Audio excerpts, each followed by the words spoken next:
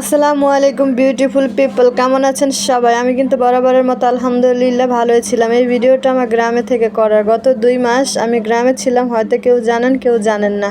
গ্রামে থাকলে আলাদা রকম একটা শান্তি পাওয়া যায়। গ্রামে 50 টাকা দিয়ে একটা বোম্বাই মরিচ গাছ লাগাইছিলাম। দেখেন আল্লাহর কি রহমত, আল্লাহ নিজের হাতে এত ছোট একটা গাছে এত এত বোম্বাই মরিচ দিছে। আমি তো তড়িঘড়ি করে বোম্বাই মরিচগুলো কী কাজে লাগানো যায় ভাবতে ভাবতে দেখি বাড়িতে অনেকগুলো গুঁড়া মাছ বাছা হইতেছে। এগুলো কিন্তু একদম নদীর টাটকা ফ্রেশ মাছ। এখান থেকে কিছু মাছ আমি নিয়ে কেটে ধুয়ে বোম্বাই মরিচ দিয়ে হাতে মাখিয়ে মাটির চুলার চচ্চড়ি করার জন্য রেডি করে নিলাম। চচ্চড়ি করার পরে গরম গরম ভাত দিয়ে খেতে সে একটা টেস্ট। তার চেয়ে বেশি ঘ্রাণ ছিল এই বোম্বাই মরিচটার। ঘ্রাণ দিয়ে মনে হয় 1 প্লেট ভাত অনায়াসে খাওয়া যায়। যাই হোক আপুরা, তোমাদের পেজের কার কী অবস্থা? তোমাদের পেজ কি সুরক্ষিত আছে? আমি কিন্তু আলহামদুলিল্লাহ খুবই ভালো আছি। গত শুক্রবার আমি তো সোনার হরিণ পেয়ে গেছি। সোনার হরিণ পাওয়ার পরে খুবই মনোযোগ দিয়ে কাজ করতেছি।